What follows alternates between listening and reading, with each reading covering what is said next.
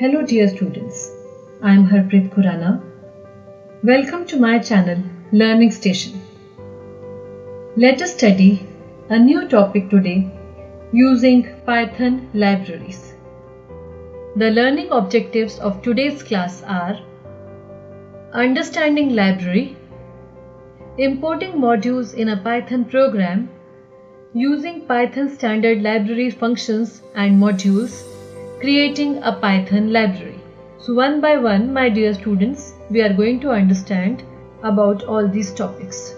Let us first of all understand what is a library and why do we need a library in any language. A library refers to a collection of modules that together cater to specific types of needs or applications. Some commonly used Python libraries are Standard Library, NumPy Library, SciPy Library, tkinter Library, Matplotlib Library. The Standard Library is distributed along with Python. It contains different modules which are having various different types of functionalities. NumPy Library provides some advanced math functionalities along with tools to create and manipulate numeric arrays. SciPy Library is another useful library that offers algorithmic and mathematical tools for scientific calculations. tkinter Library. This library provides traditional Python user interface toolkit and helps you to create user-friendly GUI, that is graphical user interface, for different types of applications. Whereas the Matplotlib library offers many functions and tools to produce quality output in variety of formats such as plots, charts, graphs. So these are the few libraries which will help you in one or the other way while doing programming in Python. The standard library of Python is having some common modules, that is math module. It provides mathematical functions to support different types of calculations. CMath module, it provides mathematical functions for complex numbers. That is why the C has been added as a prefix. Random module, it provides functions for generating pseudo-random numbers whenever or wherever required in your programs. Statistics module, it provides mathematical statistics functions. URL-lib module, it provides URL, that is Uniform Resource Locator, handling functions so that you can access websites from within your program, which is very important task to be done by any programmer in order to connect your programs to any website. So these are the few modules which are present in our Python standard library. Now let us understand what is a module. We have done module in our previous sessions also. Basically, Python module is a file which is having an extension of .py which contain variables, class definitions, statements and functions which are related to a particular task. And creating these modules gives rise to modularity. So modularity means dividing your large program into small parts where each part is known as a module. A module in general is independent grouping of code and data. It can be reused in other programs. It can depend on other modules. Let us take an example to understand what is a module.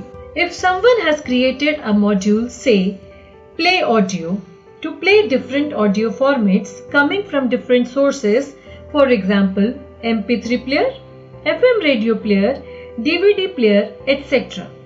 Now while writing a different program, if someone wants to incorporate FM radio into it, he needs not rewrite the code for it. Rather, he can use the FM radio functionality from play audio module. Isn't it that amazing? Reusage without any rework? Well, that is the beauty of modules. That is, you can reuse these modules in other programs whenever required by you. Here is a diagram also which is explaining you that modules consist of variables, class definitions, functions. You can import other modules of Python which also consist of variable, functions, classes or types. So I hope module may be clear to all of you. That is how much important is a module in a Python program. Let us understand the structure of a Python module. A Python module can contain much more than just functions. Okay, it may contain something more important than functions also. A Python module is a normal Python file, that is, which is having an extension of .py containing one or more of the following objects related to a particular task. The structure and the tasks which are performed by a Python module are docstrings. Docstrings are the triple quoted comments which are specifically used for documentation purposes. Variables and constants, these are helping us for labeling of data. Classes, these are known as templates or blueprint to create objects of a certain kind. Objects are known as instances of a class. That is, basically objects are representation of some real or abstract entity. Whereas statements are the instructions which are used for processing, and functions, as we all know, these are the named group of instructions. So we can say that the module ABC means you can say that it is abc.py. So this is how we identify a Python module by its extension .py. Let us now understand the most important part, that is importing modules. That is, how can we import modules in our programs. Python module files have an extension .py. These modules can be imported in the following ways. First, using import statement. When you want to import entire module, you can make use of import statement. You can make use of from statement when you want to import the selected object. Whereas you can use from star statement when you want to import all names from the module. So there are three ways we can import the modules. First, by using import statement, second by using from statement, and third by using from star statement. Let us understand these all one by one. First of all, let us understand importing modules using import statement. Import statement is used to include the modules in other programs. Where do we use import statement? Whenever we want to include the modules in some other programs, we make use of import statement.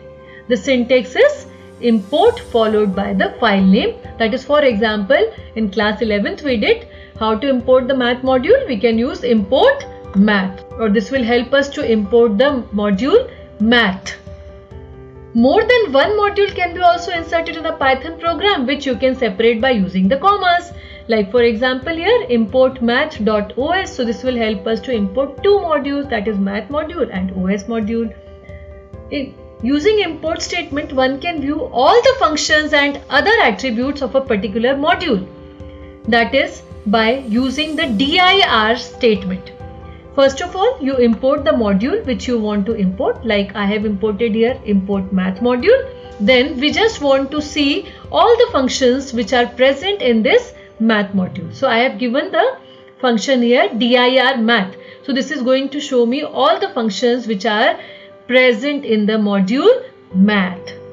So here we have a program which is showing you how to make use of functions from math module using import statement. Here we have first of all done import math, which means we are importing the built-in module math.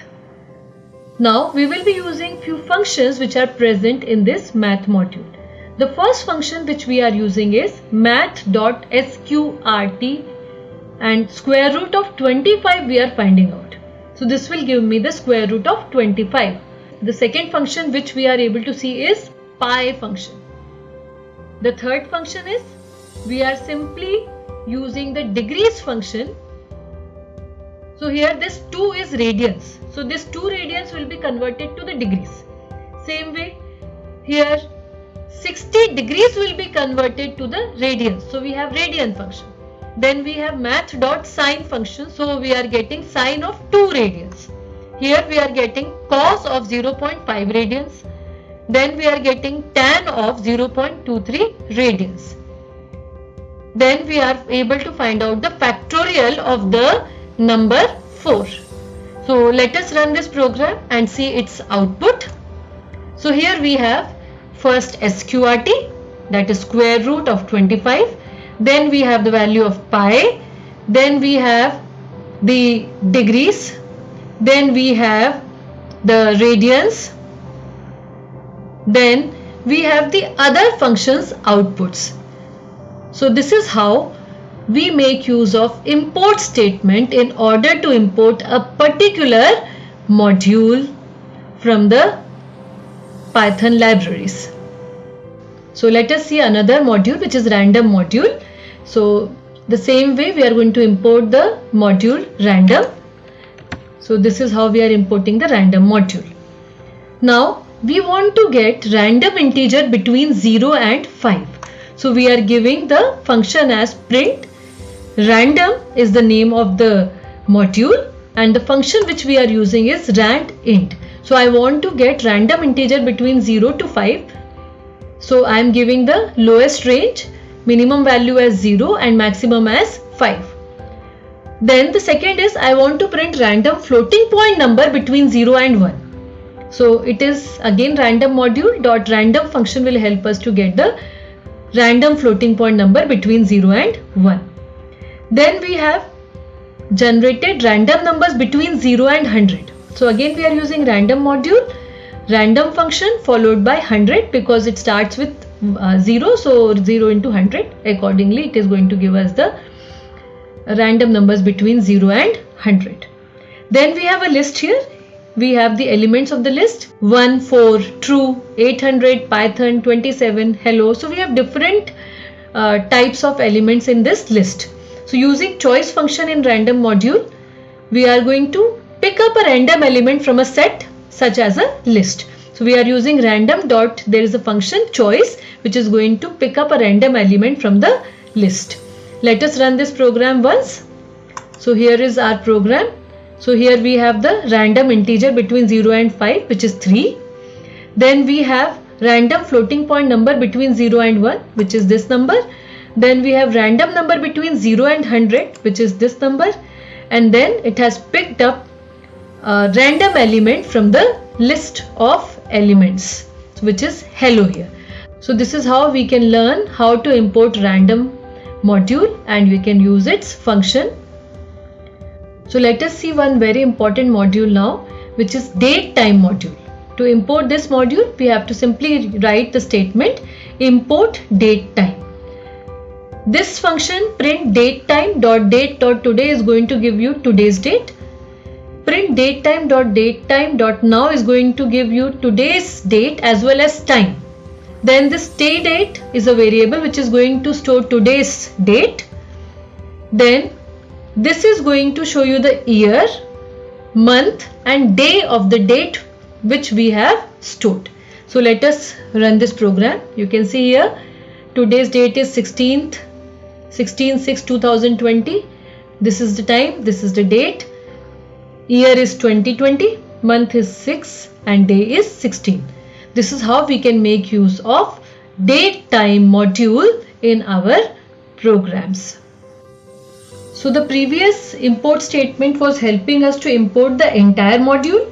This is going to help us, that is import modules from statement is going to help us to import selected objects from a module. So let us see how we can import selected objects from the modules. The syntax is from file name import function name. That is, suppose from math module you want to only import the SQRT function.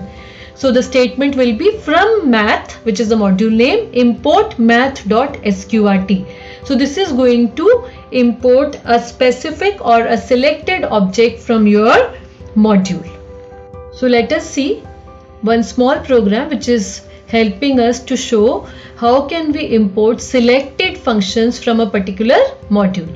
So here we have a statement from math import sqrt and factorial functions. So we are importing only two selected objects functions, that is sqrt and factorial. So directly instead of using now here math.sqrt, we can directly write sqrt and either the variable or the direct data or value you can send to the function. Same way factorial of 6 we are going to find out. So let us run this program. So when you run this program, see the output is 6.0, which is the square root of 36, and 720, which is the factorial of 6. This is how we can import selected functions from the particular module. Let us see the third way to import modules, which is from star statement. So from star statement can be used to import all names from the module into the current calling namespace. So what it is going to help you? It is going to import all names from the module into the current calling namespace. The syntax is from file name, that is the module name, import star. So for example, from math import star. So we can use it like this, math.sqrt4. So we can access any function by using the dot notation. Now any function of math can be used one after the other wherever and whenever required by simply using the dot notation. Let us see one example program of from star statement. So here we have a small program which is showing you how we can make use of import star statement. So again we are using the math module. So from math we are importing star, that means all the functions and constants can be imported using the star symbol from here. So then we are using print pi, so it is going to give you the pi's value, factorial of 6, that means factorial of 6 will be printed here. So let us run this program once. So see here we have the value of pi and here we have the value for factorial of 6. This is how we can import all the functions using import star statement.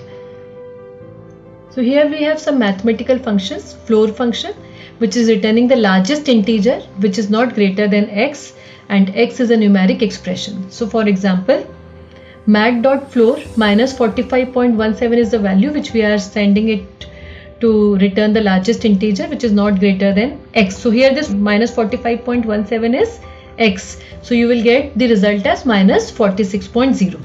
Same way when you are passing 100.12, you will get 100. Same way 100.72, so you will get 100 again. Same way FABS, it is going to return the absolute value of x where x is again a numeric value. So we have here few examples. Math.FABS of minus 45.17 is going to be 45.17. Same way for 100.12, absolute value is 100.12 only, and for 100.72 it is 100.72 only. The another function is EXP, which returns the exponential of x, that is e to the power x, where x is a numeric expression. So mat.exp of minus 45.17 is 2.41500 till to the power 20. Same way we have some other values. Now let us see some functions which are related to random module. As we have discussed this using the program also, the first function is random function. It is going to return a random float x such that 0 is less than or equal to x and x is less than 1. So random, so this is going to return you the random floating point number. Then rand int a comma b, so it returns a int x between a and b such that a is less than equal to x and x is less than equal to b. So if I am giving the function as random.rand int 1 comma 10, so it is going to return me any random integer. So for example it is 5. Another function is uniform. It returns a floating point number x. So here we have an example, random.uniform 5 comma 10, so it is returning the floating point number as you can see. Now how can we create the Python modules? Python modules are the py files, as we have discussed, that consist of Python code. So any Python file can be referenced as a module. So whichever program you are creating, you can refer it as a module only. Some modules are available through the Python standard libraries as we have seen, and are therefore installed with your Python installation only. Others can be installed with Python's package manager PIP, that is pip. Additionally, you can create your own Python modules since modules are comprised of python.py files. So you can create your own modules. We have already few modules which are coming along with the Python standard library. So writing a module is just like writing any other Python file. Modules can contain definitions of functions, classes and variables that can then be utilized in other Python programs. So we can utilize these modules in the other Python programs also. So to begin, we will create a function that prints hello world. So we have a module, we have a program hello.py. In this we have defined a function world which is printing the message hello world. Now if we run the program on the command line with Python, nothing will happen since we have not told the program to do anything, as we are not calling this function from my main program. So let's create a second file in the same directory. So wherever you are saving the previous file, same place you have to save this another program also, which is the main program, so that we can import the module we just created. And then we are going to call the function. So this file needs to be in same directory so that Python knows where to find the module, since it is not a built-in module but it is created by user, that is by us. So here we have the main program which we have named as main_program.py. So first, what are we importing? We are importing hello module. So how can you import? Just by simply writing. Just by simply writing you can import hello, which was the name of our file. It was hello.py. So we are giving the name as hello. Then we are calling the function. So how are we calling the function? Just like we did for math.sqrt. So here we have created a module hello. So how we are going to call this function which is present in this hello? By hello dot the function name. So hello dot world. So what will be printed as an output? Whatever message or whatever the particular function world is doing for us. So let us run this program using the Spider interface. So you can see here we have a small program which we have saved by the name hello.py, and here I have defined the function world which is printing the message hello world.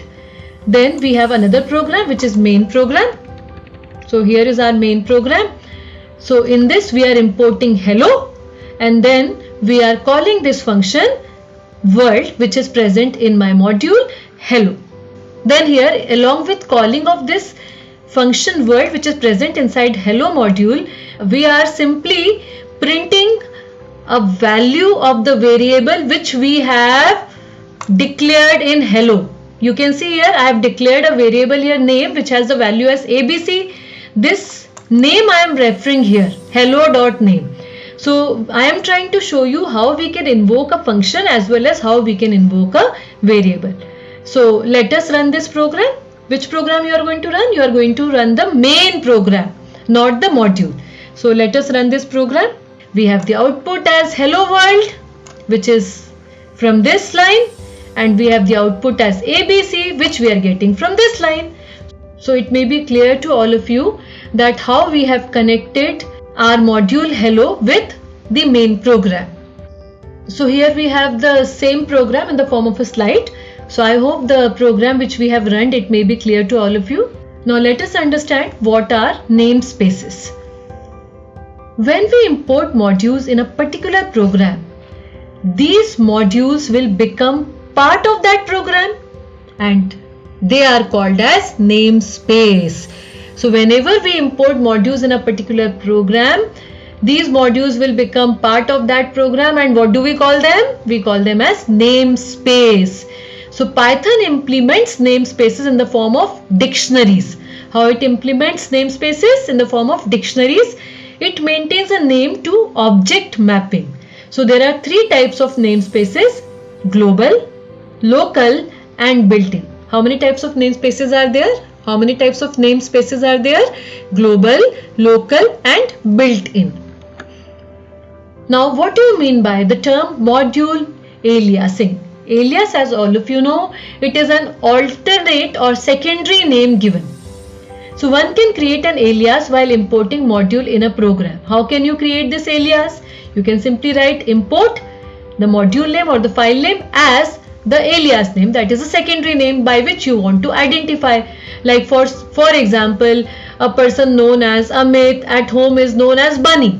So Bunny is what? The alias name of Amit. So same way you can see an example here, import math as M. So what is the alias name for math module? M.